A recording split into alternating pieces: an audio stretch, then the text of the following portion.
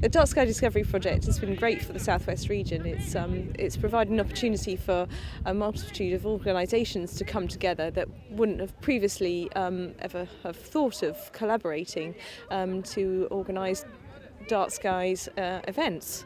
So we've had place-based organisations, community groups and educational groups and organisations all coming together under the Dark Skies Discovery banner. At Nettlecombe Court we had a Dark Skies Discovery event, so we effectively had an open centre. We had a whole series of different events that took place, so we had local astronomers came in and set up telescopes.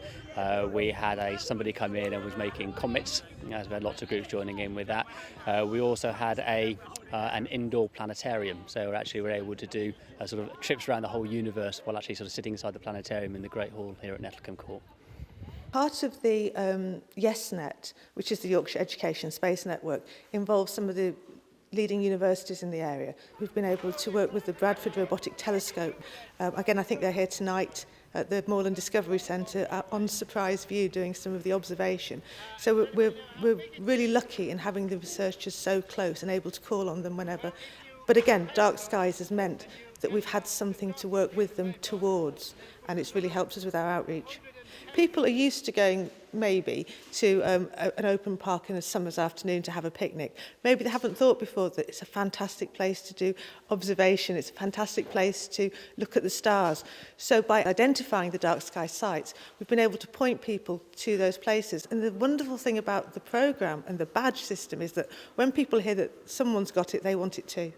What we noticed last year is that each astronomer or person exhibiting had a different way of getting that information across, whether it was a demonstration of how a comet is formed, or someone who was a really good talker, really knowledgeable, or the planetarium show so everyone could sit in there and experience it.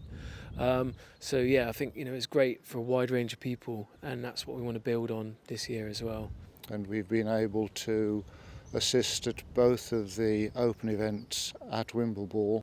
Ridgell up there is very, very bright. Now those of you with reasonably good eyesight will start to see Orion's belt.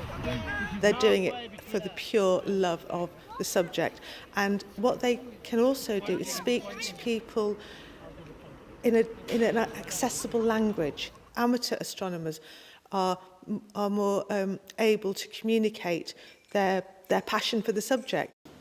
I don't know why it's not working, but again... Their knowledge is very up to date, so they are telling people what's happening in astronomy at the moment, and their enthusiasm is very, very evident. We had somebody who was able to make a comet-like object using dry ice, and that enthralled everybody who came and visited it. The adults were enthusiastic with what they saw.